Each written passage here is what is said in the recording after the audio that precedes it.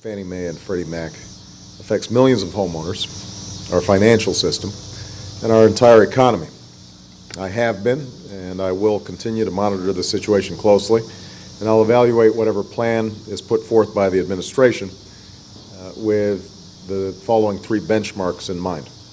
First, any action we take has to be focused not on the whims of lobbyists and special interests worried about their bonuses or their hourly fees, but on whether it's going to strengthen our economy, whether it will help stabilize the housing market, help struggling homeowners who are also being hit by lost jobs, stagnant wages, and spiraling costs from everything from gas to groceries, and will help stabilize the financial markets. Second, we have to protect taxpayers, not bail out the shareholders and management of Fannie Mae and Freddie Mac. This is a challenging situation that's been festering for a long time.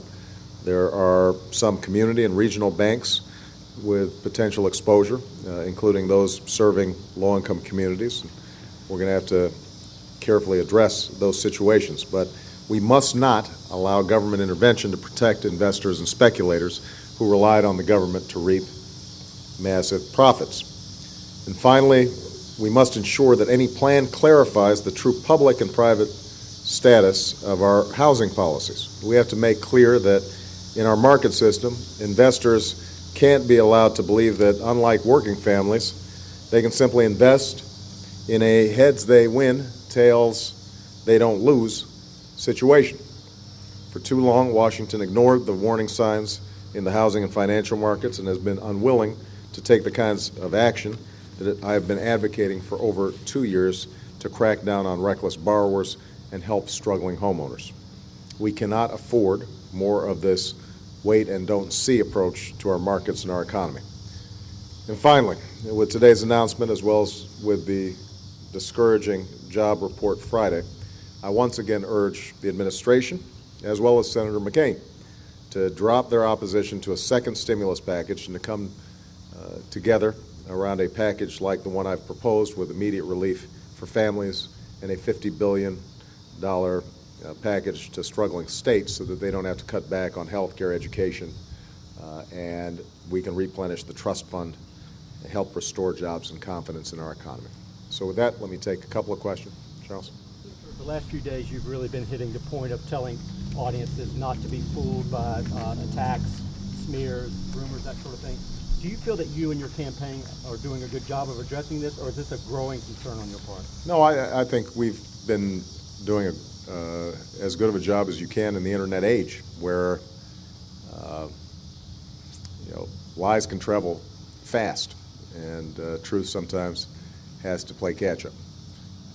But we feel very good about how our campaign has addressed any misinformation that's out there, and we're going to keep rationing it up. There's been a lot of discussion about either privatizing entirely what Fannie and Freddie do, or going the other direction and making creating some sort of a federal agency like a TVA right. corporation. Which would you favor? Well, here's what I don't favor, is a continuation of the neither fish nor fowl approach to the GSEs. We can't have a situation in which during boom times, management and investors are soaking up huge profits, taking extraordinary risks, and thinking to themselves that if they get into trouble because of these risky investments, that somehow the taxpayers are going to be there to bail them out. That's an unsustainable situation. It's a structural problem. So I want to wait and see what is being proposed by the administration. I think we haven't had enough disclosure yet to get a sense of what the assets of Fannie Mae and Freddie Mac look like relative to their liabilities. Over the coming weeks and months, as we get more information, then it will be a top priority of my transition process, should I win, and then my administration, to come up with a very concrete plan to address the issue.